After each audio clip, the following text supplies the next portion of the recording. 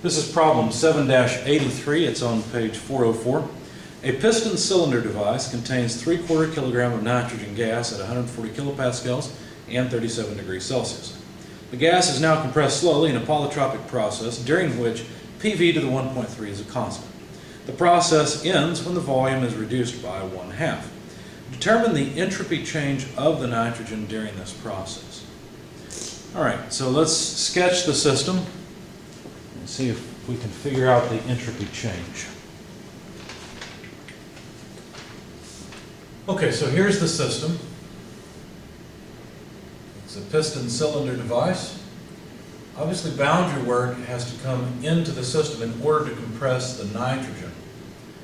Now, the initial pressure is 140 kilopascals, but even though this is a piston cylinder device, that doesn't mean the pressure is constant. Remember, the gas is being compressed by boundary work. So the pressure in state 2 is going to be higher than the pressure in state 1. So P2 is greater than P1. Now, the initial temperature is 37 degrees Celsius, and the mass in the system is constant throughout. We assume there's no mass leakage at 3/4 of a kilogram. Okay? We're also told that this is compressed polytropically, where PV to the 1.3 is a constant. Let me call that constant just C rather than write it out C-O-N-S-T. We know that the volume in state 2 is 1/2 of the volume in state 1, so we'll jot that down as well. We're supposed to find the change in entropy of the nitrogen. Okay? So let's do it. Let's find it.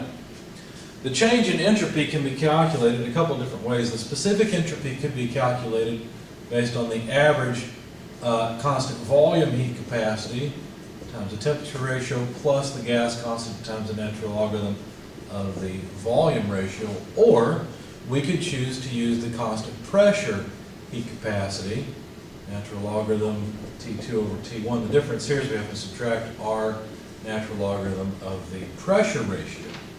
Now, if you look at this, you might think, well, which one should I use? Well, the answer is either one. It doesn't make any difference. You get the same result from both, but this is the easier one to use. Why? Because we know something about the volume ratio already. We don't know the pressure in state 2 yet. We could calculate it. We could use the polytropic equation to solve for the pressure in state 2. In fact, you should do this as a verification. You should go through and do that, find the pressure in state 2, and show that this gives you the same result, since I'm essentially solving your homework for you here.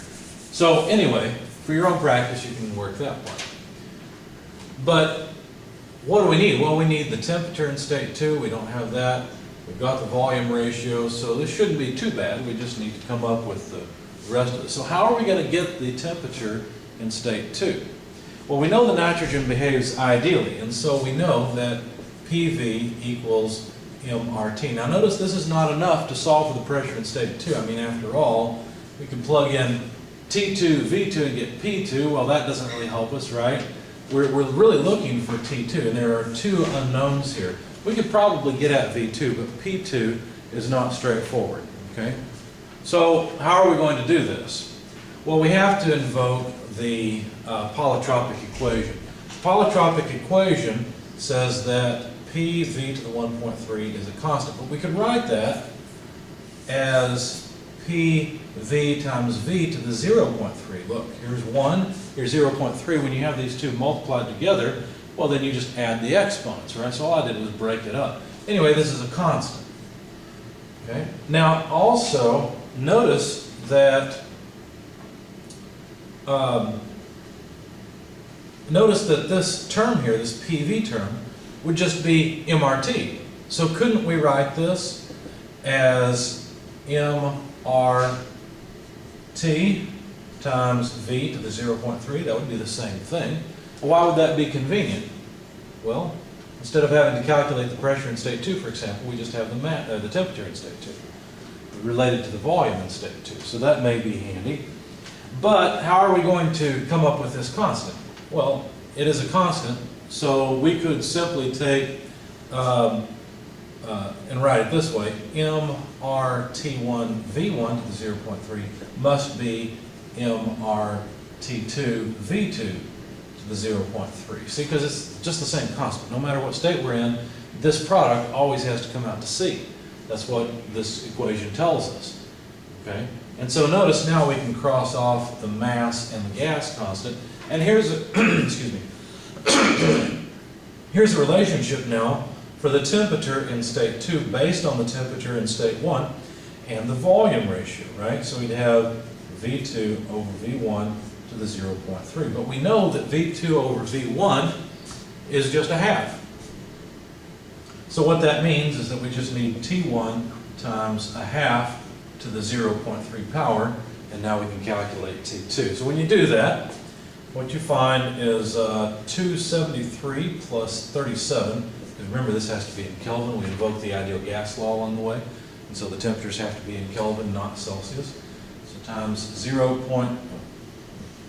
Add the units, Kelvin, times 0.5 to the 0.3 power. When you plug that into your calculator, you'll find the temperature in state 2, and I won't write it down there, I'll just write it over here. It comes out to about 381.65 Kelvin. So this was from the ideal gas law and from the fact that this is a polytropic process. So that was fun, that was interesting. Now we've got the temperature in state 2. By the way, we could also now calculate the boundary work if we wanted to, but I won't bother with that. The question is more about what is happening with the entropy. Pardon me. So we've got the temperature in state 2, we've got this volume ratio. It looks like we could just plug in, well, wait a second, we need the average heat capacity. So let's calculate the average heat capacity based on the initial and final temperature. Notice the initial temperature in Kelvin is 310. If you add 273 to 37, that's 310 Kelvin. And so we're just going to take the heat capacity at the average temperature. And so that would be the heat capacity, and this line just means evaluated, at T1 plus T2 over 2. Okay, so if you add T1 to T2, 310 plus 381.65, and then divide by 2, then you realize you need the heat capacity, CV, evaluated at an average temperature of, here it is, 345.83 Kelvin. Now if you go to the back of your book, you'll want to go to the page that has the heat capacities as a function of temperature. It's near the beginning of the appendices, so page 910 is where you want to go, and look up the nitrogen. Okay, the nitrogen has a data point for 350 degrees Celsius, 350 Kelvin, and 400 Kelvin, okay? I'm sorry, I'm messing up here. We're at 345, so it has a data point for 300 and 350 Kelvin, there we go. And then the nitrogen heat capacity, notice, is really not much different between 0.743 and 0.744. At this point, what I would do as an engineer is look at this and say, well, this is pretty darn close to 350. I'm just going to use a heat capacity of 0.744.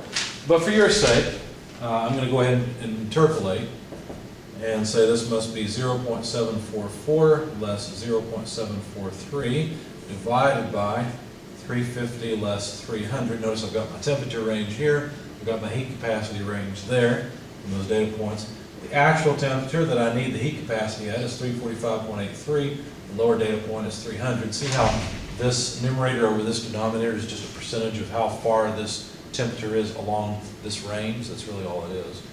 Okay, so then that's going to scale the difference in the heat capacity and then add the lower data point at 0.743 of the heat capacity. Not surprisingly, when you round everything off, you end up with 0.744, and that is kilojoules per kilogram per Kelvin. So we really didn't need to perform that interpolation, but there it is just for your reference.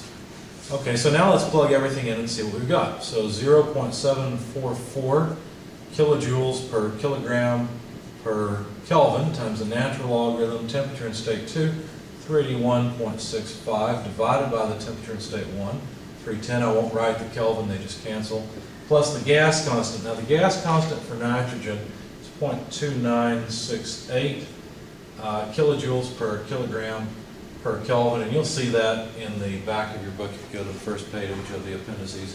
Then we need the natural logarithm of the volume ratio, but V2 is half of V1, so this is just a half. Plug all that in your calculator and you'll get the specific entropy change. Turns out it's about negative 0.05108 kilojoules per kilogram per Kelvin. Okay? Now they asked for the total entropy change, so let's calculate that part. The total entropy change would be equal to the mass times the specific entropy change. Well, how much mass is in this thing? Well, I did write it down. I thought I neglected to. There it is. So 3/4, if you multiply 3/4 by this number, you'll get the total entropy change. And I got negative 0.0383 kilojoules per Kelvin. Notice that the mass units would go away because we're multiplying a specific property by mass.